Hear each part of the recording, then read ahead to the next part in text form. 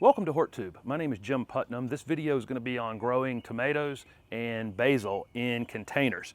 This is going to be a series of videos that's going to also have peppers and eggplants and cucumbers and squash and zucchini and all sorts of things grown in containers. So make sure you're subscribed to the HortTube with Jim Putnam YouTube channel to get updates as those videos are put up, because I'm also going to do follow-up videos all summer showing you how to maintain them during the entire growing season.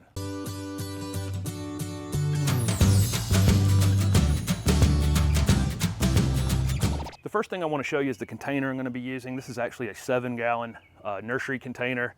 It's probably a little bit small for tomatoes, honestly. I'm going to put this on a drip irrigation system, so I'm going to be able to keep them watered. If you're not, maybe a 10-gallon container would be better. You can definitely use a decorative container like this and make sure it has holes in the bottom. The advantage of this nursery container over this container is it also has holes on the edge. You'll see that on this nursery container. What happens over the course of a growing season is your pot ends up sealed to the ground, and those holes on the bottom become less and less effective at letting water out of the bottom of the container because there's a seal right around the bottom of the container. That's the beauty of these nursery containers, and you can do this to your decorative container. I'm just encouraging you, put not only holes in the bottom, but put maybe 3 or 4 holes right on the bottom lip of the container. And that way there's no way over the course of the summer that water can't continue to drain out.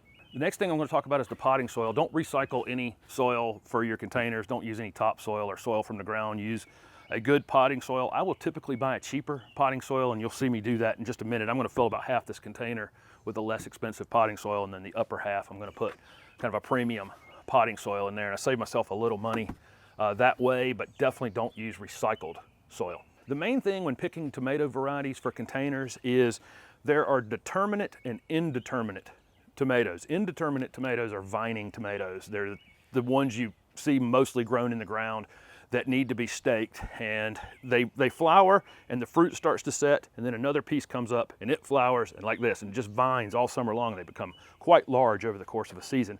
They don't work particularly well in containers because you end up having to put very large stakes in your containers, and then they become top heavy, blow over, that kind of thing. It's best to pick determinate varieties, which grow like little shrubs.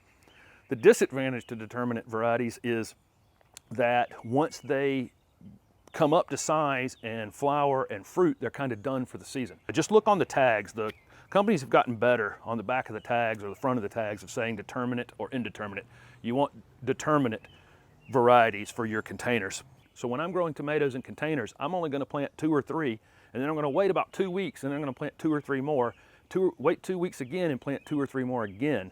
That way I'm going to have tomatoes all summer long, because I know that once I start picking fruit off one of these plants, it's going to be done with, and then I'll have the next group coming on. So I'm going to be planting 3 different varieties. This container will definitely only hold 1 tomato plant, and if you tried to put more than 1 tomato plant in here, you'll end up getting the same amount of tomatoes no matter what. That's my experience, is you end up with less on each plant and get the same amount. So really 1 per container. Like I said, this is a 7-gallon pot. A 10-gallon pot would probably be better if you're not going to have an automated watering system. The 3 that I'm going to plant are, one is Patio, and the second one is Homestead, another great determinate variety, and Roma. And so I'm going to have 3 different pots. Like I say, I'm going to start with this a little more inexpensive potting soil. It's also a little chunky, which I also like to have at the bottom of a container because that'll help with drainage as well. And so I've got that about halfway up.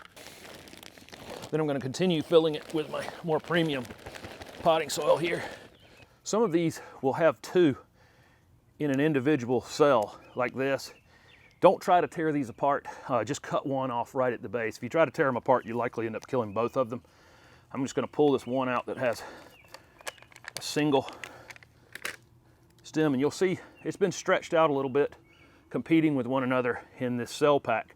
So we're going to plant this deep. We're going to actually plant the roots into the ground and then another 2 or 3 inches. Tomatoes are unique that way, where they'll actually root out from the stem under the ground and create additional roots to feed itself. So I'm going to stick this fairly deep in here, and then I'm going to add some more potting soil around it. And I'm going to come up right to the rim, below the rim of this container, so that when I water, it does have a place. I don't want to fill it all the way to the top because then water will just run off the edge of it as I'm watering. I'm going to tamp that down a little bit like that. I like to use this tomato tone. It's an organic Espoma product. You have to reapply it maybe every 2 to 3 weeks during the growing season, but I'll put a small dusting on top of the container like that, and then kind of work it in to the top 2 or 3 inches of soil before I water it in. Then I'll take my hose and water this container in really, really well to get that fertilizer started. It can take several waterings to get this potting soil wet initially. It usually comes dry in the container, and that peat moss is hard to re-wet. So I'll do it 2 or 3 times. I'll let the water kind of fill up in the top, and then once it sinks in, like it's doing right now, I'll come back and do it again. Once I see that the water's running out of the bottom holes, I probably have it done. I won't water this container again for several days. There's just no roots on this plant yet using a lot of water. So I'm going to increase the amount of water I'm using and the frequency that I'm watering very rapidly over the next month. I might go 2 or 3 days this time without watering, and then less and less between each consecutive watering, and then I'll get it on the automated irrigation system where it'll have to be watered every day. So I'm going to go ahead and do my other 2 varieties exactly the same way, and then I'll show you the basil. I filled my container the exact same way for the basil. I put the inexpensive potting soil on the bottom, the more premium product on the top.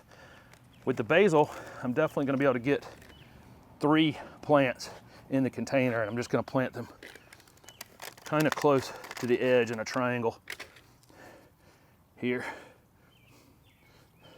One thing I'm going to do on these that I didn't have to do on the tomatoes, that I'm going to pinch the tops out of them.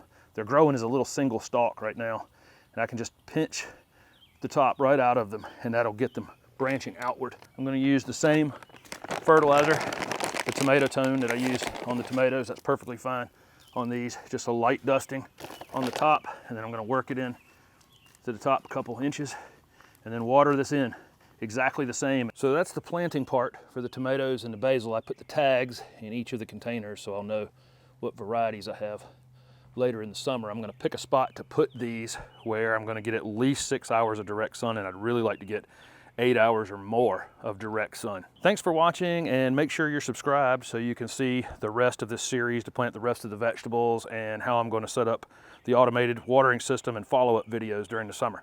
Thanks for watching.